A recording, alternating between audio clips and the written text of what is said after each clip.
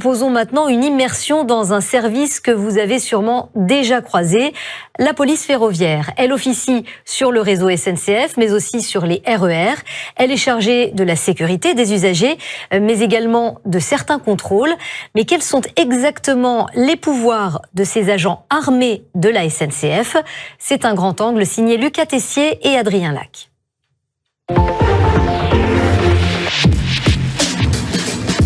Il est 9h à la gare Saint-Lazare. Nabil commence sa journée. L'agent est bien équipé, gilet pare-balles et armes de service. Et vous êtes policier? Non, on est agent SNCF. On est cheminot avec des fonctions de sûreté. Et on est habilité et formé pour porter l'arme.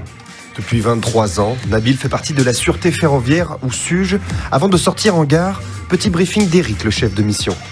Pour la mission du jour, donc notre feuille de service nous oriente sur la gare de Saint-Lazare. Aujourd'hui, météo plutôt clémente, donc risque d'alcoolisation de certains individus. C'est bon pour vous? C'est bon. Eh bien, l'action, on va descendre au niveau de la gare. Chaque jour, 1 200 000 personnes transitent par la gare Saint-Lazare. Ce matin, l'équipe se dirige tout d'abord vers les quais, comme chaque jour très fréquenté. Bonjour monsieur, venez voir s'il vous plaît. Pour des raisons de sécurité, est-ce que vous m'autorisez à faire une inspection visuelle de votre bagage? Merci beaucoup. Première mission de la SUGE, procéder à des fouilles de bagages et pour chaque contrôle... Vous m'autorisez à ouvrir ce sac aussi? Contrairement aux policiers, les agents de la SUGE ne peuvent fouiller les passagers sans leur accord. On commence toujours par l'autorisation de l'usager. Maintenant, il a la possibilité de dire non, mais à contrario, s'il dit non, nous, on peut se voir lui interdire l'accès au train. Parce qu'il refuse cette inspection visuelle ou cette fouille de bagages. Ce matin, personne ne refuse la fouille, mais les conflits sont réguliers, car les pouvoirs exacts de ces agents armés, mais qui ne sont pas policiers, ne sont pas clairs pour tout le monde. Je vais vous demander de me présenter votre titre de transport, s'il vous plaît. Ah, je l'ai pas sur moi. Vous savez que vous êtes sur une zone soumise à un titre de transport, on va se mettre par là, s'il vous plaît. Ces agents assermentés peuvent dresser des PV pour toute infraction commise dans l'enceinte de la gare. Vous avez pas un téléphone portable avec une pièce d'identité dessus, quelque chose, c'est pour vous, c'est pour vous faciliter... Ils ont le pouvoir de donner des amendes et de relever l'identité des personnes interpellées. Et il a le droit de vous refuser sa pièce d'identité? Il a la possibilité de ne pas me présenter sa pièce d'identité. Là, on est obligé de présenter cette personne à un officier de police judiciaire qui, lui, a tous les moyens nécessaires en sa possession pour vérifier son identité. Vous avez les banques qui sont juste en face de vous pour vous acquitter d'un titre de transport. Je vous souhaite une bonne journée. Mais ce n'est pas les seules missions de Nabil et son équipe. La SUGE est responsable de la sûreté dans la galerie marchande. Bonjour monsieur.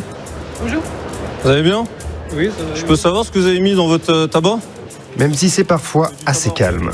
Ok, pas de souci. Faites attention à vos bagages par contre. Ils sont aussi compétents aux abords de la gare et justement... Quand tu auras dessoulé et que tu seras calme, tu pourras peut-être revenir en gare. Désolé. Ouais, dessoulé, ouais. Même pas bourré. Ah bah écoute, c'est pas l'impression que ça donne. Le soleil qui tape, le mélange d'alcool et puis ça trouble l'ordre public en gare. Donc du coup, on fait ce qu'on appelle une injonction de sortir des emprises. Donc faut constamment être sur le qui-vive et faut jamais rien laisser passer en gare.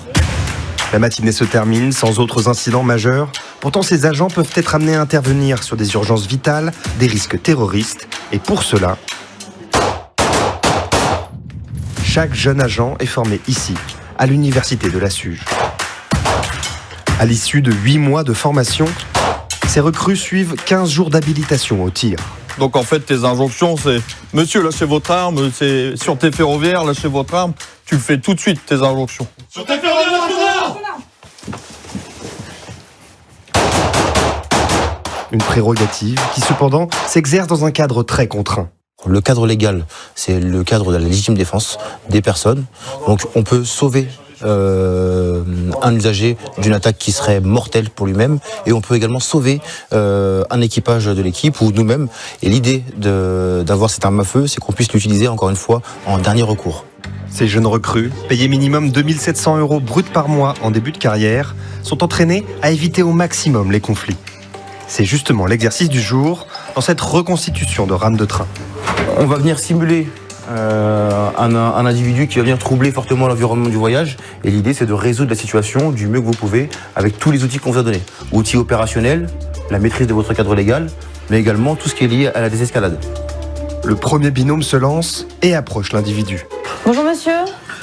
Bonjour monsieur, sûreté ferroviaire. Je vous demandais de baisser la musique s'il vous plaît. Qui ne semble pas très coopératif. On arrive en gare d'Hermont-Aubonne, donc vous allez sortir parce que vous avez commis ces 2 infractions. Ouais, ça tombe bien parce que je le sens pas là, donc. Oui, mais vous allez quand même sortir. Du coup, on va utiliser la contrainte. Allez, collègue, s'il te plaît. Une montée en tension qui ne convainc pas l'instructeur. Rentrer trop rapidement au niveau de la contrainte et dire à l'individu on va utiliser la contrainte, on va utiliser la contrainte. Alors ayez un peu plus de pédagogie. Okay. Donc là tu vas reprendre depuis le début s'il te plaît. Restez courtois et transparent au moment de la verbalisation. Quand vous allez proposer la transaction immédiate de l'individu, dites-lui tout de suite qu'il y aura 50 € de frais de dossier qui seront amendés à chacun des procès-verbaux. 100 €, c'est pas une somme qui est anodine. Allez, finesse, on arrête là. Sinon, c'était bien quand même. Une formation accessible sur examen, sans prérequis d'âge. Il y a en France 32 000 agents de la sûreté ferroviaire.